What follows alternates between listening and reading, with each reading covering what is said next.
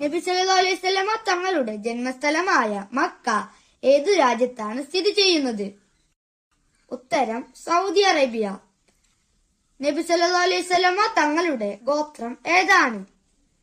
ഉത്തരം ഖുറൈശി ഗോത്രം.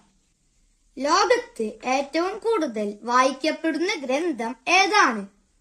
ഉത്തരം വിശുദ്ധ ഖുർആൻ. ഖുർആൻ എന്ന വാക്കിന്റെ അർത്ഥം എന്താണ്? ഉത്തരം വായിക്കപ്പെടുന്നത്.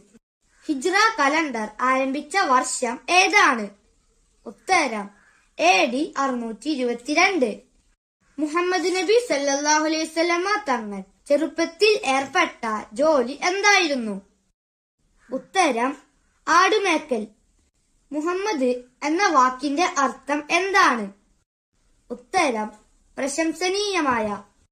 നബി സല്ലല്ലാഹു അലൈഹി വസല്ലമ തങ്ങളുടെ ജന്മസ്ഥലമായ മക്ക